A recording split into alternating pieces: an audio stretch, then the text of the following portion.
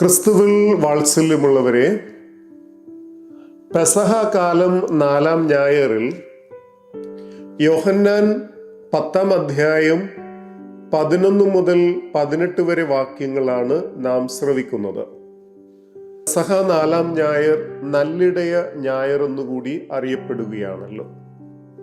4-ാം സുവിശേഷത്തിന്റെ 10-ാം അധ്യായത്തിൽ പ്രത്യേകിച്ച് 1 മുതൽ 21 വരെയുള്ള വാക്യങ്ങളിൽ നമുക്ക് ലഭിക്കുന്നത് നല്ല ഇടയനെ സംബന്ധിക്കുന്ന യേശുവിൻ്റെ പ്രഭാഷണമാണ്. ഈ വചനഭാഗത്തിന്റെ ആരംഭത്തിൽ യേശുവിൻ്റെ പ്രഭാഷണം വാതിലിനെ കുറിച്ചുള്ള ഉപമയും വിശദീകരണവുമാണ്. 1 മുതൽ 10 വരെ വാക്യങ്ങൾ. പിന്നീട് പ്രഭാഷണത്തിന്റെ ശ്രദ്ധ യേശു നല്ലിടയനാണെന്ന സ്വയം വെളിപ്പെടുത്തലിലേക്ക് വഴിമാറുന്നു. നല്ലിടയന്റെ ചിത്രം യേശു വിഭാവന ചെയ്യുന്നത് പഴയ നിയമ രൂപകങ്ങളുടെ പശ്ചാത്തലത്തിലാണ്. നല്ലത്, കാലോസ്, ഗ്രീക്കില് കാലോസ് അല്ലെങ്കിൽ ഇംഗ്ലീഷിൽ ഗുഡ് എന്ന വിശേഷണം അർത്ഥമാക്കുന്നത് മാതൃക, മോഡൽ അഥവാ ശരി, ട്രൂ എന്നതാണ്.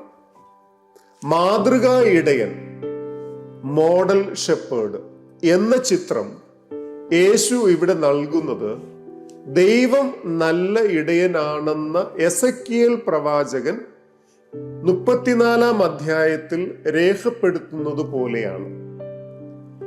എസെക്കിയേൽ പ്രവചനത്തിൽ നല്ല ഇടയനായ ദൈവം നഷ്ടപ്പെട്ടതിനെ അന്വേഷിക്കുന്നു, വഴിതെറ്റിപ്പോയതിനെ തിരികെ കൊണ്ടുവരുന്നു, മുറിവേറ്റതിനെ വച്ചുകെട്ടുന്നു, ബലഹീനമായതിനെ ശക്തിപ്പെടുത്തുന്നു. അപ്രകാരം നല്ല ഇടയനായ ദൈവത്തിന്റെ പ്രവർത്തികൾ തന്നിലൂടെ നിർവഹിക്കപ്പെടുന്നു എന്ന വെളിപ്പെടുത്തലാണ് ഞാൻ നല്ല ഇടയനാണ് എന്ന യേശുവിൻ്റെ പ്രഖ്യാപനത്തിൽ അടങ്ങിയിരിക്കുന്നത്. യേശു വിഭാവന ചെയ്യുന്ന നല്ല ഇടയന്റെ മറ്റൊരു സവിശേഷത ഇടയൻ ആടുകൾക്ക് വേണ്ടി ജീവത്യാഗം ചെയ്യുന്നു എന്നതാണ്. ആടുകൾക്ക് വേണ്ടി സ്വജീവൻ വിട്ടുകൊടുത്തുകൊണ്ട് അവയെ സംരക്ഷിക്കുകയും അവയുടെ ജീവൻ നിലനിർത്തുകയും അവയെ വഴി നടത്തുകയും ചെയ്യുന്ന ഒരു ഇടയന്റെ ചിത്രമാണ് ഇവിടെ യേശു വിഭാവന ചെയ്യുന്നത്. യേശുവിൻ്റെ ആടുകൾക്ക് വേണ്ടി ഉള്ള ആത്മദാനം പിതാവിൻ്റെ ഹിതം നിറവേറ്റുന്നതിൻ്റെ ഭാഗമാണ്. അപ്രകാരം യേശുവിന് പിതാവുമായിട്ടുള്ള ഗാഢബന്ധത്തിൻ്റെ പ്രതിഫലമാണ് ആടുകൾക്ക് വേണ്ടിയുള്ള യേശുവിൻ്റെ സമർപ്പണം. ഈ ആത്മസമർപ്പണത്തിൽ പിതാവിന്റെ നിർബന്ധമോ മകന്റെ ഒഴിച്ചുകൂടാൻ ആവാത്ത അവസ്ഥയോ ഇല്ല. മറിച്ച് യേശു സ്നേഹത്തോടുകൂടി സ്വയം പിതാവിന് സമർപ്പിക്കുകയാണ്. യേശുവിന്റെ ആത്മദാനത്തിന് ഒരു സാർവത്രിക മാനം കൂടി ഇവിടെ കൽപ്പിക്കപ്പെടുന്നു.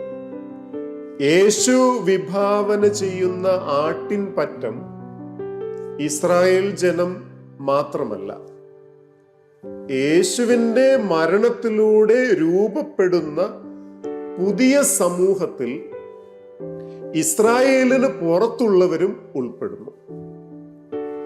ഈ പൊതുസമൂഹത്തിൻ്റെ സവിശേഷത അവർ യേശുവിൻ്റെ സ്വരം കേൾക്കുന്നു എന്നതാണ്. യേശുവിൻ്റെ സ്വരം കേൾക്കുകയും അതുവഴി എല്ലാവരും ചേർന്ന് ഒരു ആട്ടിൻപറ്റമായി തീരുക എന്നതാണ് യേശു കാണുന്ന അല്ലെങ്കിൽ യേശുവാകുന്ന ഇടയന്റെ സ്വപ്നം. യേശു നല്ലിടയനാണെന്ന സ്വയം വെളിപ്പെടുത്തലിന് ശേഷം യേശു തൻ്റെ മരണവും അവിടത്തേക്ക് പിതാവുമായുള്ള ബന്ധവും വ്യക്തമാക്കുന്നു. ഇവിടെ യോഹന്നാന്റെ സുവിശേഷത്തിൽ യേശുവിൻ്റെ മരണം ആഴത്തിൽ ഗ്രഹിക്കുവാൻ ദൈവശാസ്ത്രപരമായ 3 ഘടകങ്ങൾ ഉണ്ട്. ഒന്ന്, യേശുവിൻ്റെ മരണം പിതാവുമായുള്ള തൻ്റെ സമൃദ്ധമായ സ്നേഹബന്ധത്തിൽ നിന്നുളവാകുന്നതാണ്. ആകയാൽ മരണവും സ്നേഹവും ഒന്നായി മാറുന്നു. മരണത്തിലൂടെ പിതാവിൻ്റെ സ്നേഹം യേശു നേടിയെടുക്കുന്നു. 2, യേശു തൻ്റെ മരണം തിരഞ്ഞെടുക്കുന്നത് ആരുടെയും ബലപ്രയോഗത്തിന് വിധേയമായിട്ടല്ല, എന്നാൽ പിതാവിനോടുള്ള അനുസരണയാൽ സ്വയം സമർപ്പിക്കുന്നതിലൂടെയാണ്. യേശു മരണത്തിന് ഇരയാകുന്നില്ല. യേശു തൻ്റെ തന്നെ ആഗ്രഹത്തിന് എതിരായി രക്തസാക്ഷിയാകുന്നുമില്ല. എന്നാൽ മരണത്തിൻ്റെ പൂർണ്ണമായ വിധേയത്വം യേശുവിൽ തന്നെയാണ്. 3, മരണവും ഉത്ഥാനവും 4-ാം സുവിശേഷത്തിൽ പരസ്പരം വേർപെടുത്താനാവാത്തതാണ്. പിതാവിൽ നിന്നും ഏറ്റെടുത്ത ദൗത്യം യേശു പൂർത്തിയാക്കുന്നത് മരണവും ഉത്ഥാനവും ഒന്നായി ചേരുന്ന പ്രക്രിയയിലൂടെയാണ്. യേശുവിൻ്റെ മരണത്തിൽ ഉൾച്ചേർന്നിരിക്കുന്ന ദൈവശാസ്ത്ര ഘടകങ്ങൾ യേശുവും പിതാവും തമ്മിലുള്ള പരിപൂർണ ഐക്യം വെളിപ്പെടുത്തുന്നു. പ്രസ്തുത ഐക്യം ഞാനും പിതാവും ഒന്നാണ് 10:30 വാക്യം എന്ന യേശുവിൻ്റെ പ്രഖ്യാപനത്തിൽ പ്രകടമാണ്. പ്രിയമുള്ളവരെ, യേശു തൻ്റെ വചനത്താലും ദൈവവചനത്താലും ദിവ്യബലിയിലൂടെ സ്വശരീര രക്തങ്ങളാലുമാണ് നമ്മെ തീറ്റിപ്പോറ്റുന്നത്. തൻ്റെ ആത്മാവിനാൽ, അതായത് പരിശുദ്ധാത്മാവിനാൽ അവിടുന്ന് നമ്മെ നയിക്കുകയും ചെയ്യുന്നു. അനുതാപത്തിന്റെ കൂദാശകളാൽ നമ്മെ സുഖപ്പെടുത്തുന്നു.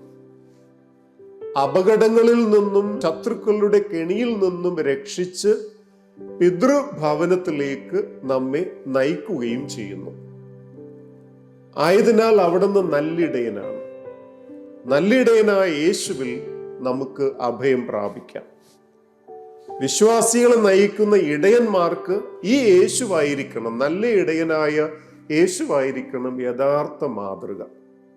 സ്വന്തം അജഗണത്തിൻ്റെ രക്ഷയ്ക്കായി, നന്മയ്ക്കായി, വളർച്ചയ്ക്കായി ജീവാർപ്പണം ചെയ്യുവാൻ അവർ സദാ സന്നദ്ധരായിരിക്കണം എന്ന് സാരം. ദൈവം നമ്മെ സമൃദ്ധമായി അനുഗ്രഹിക്കട്ടെ.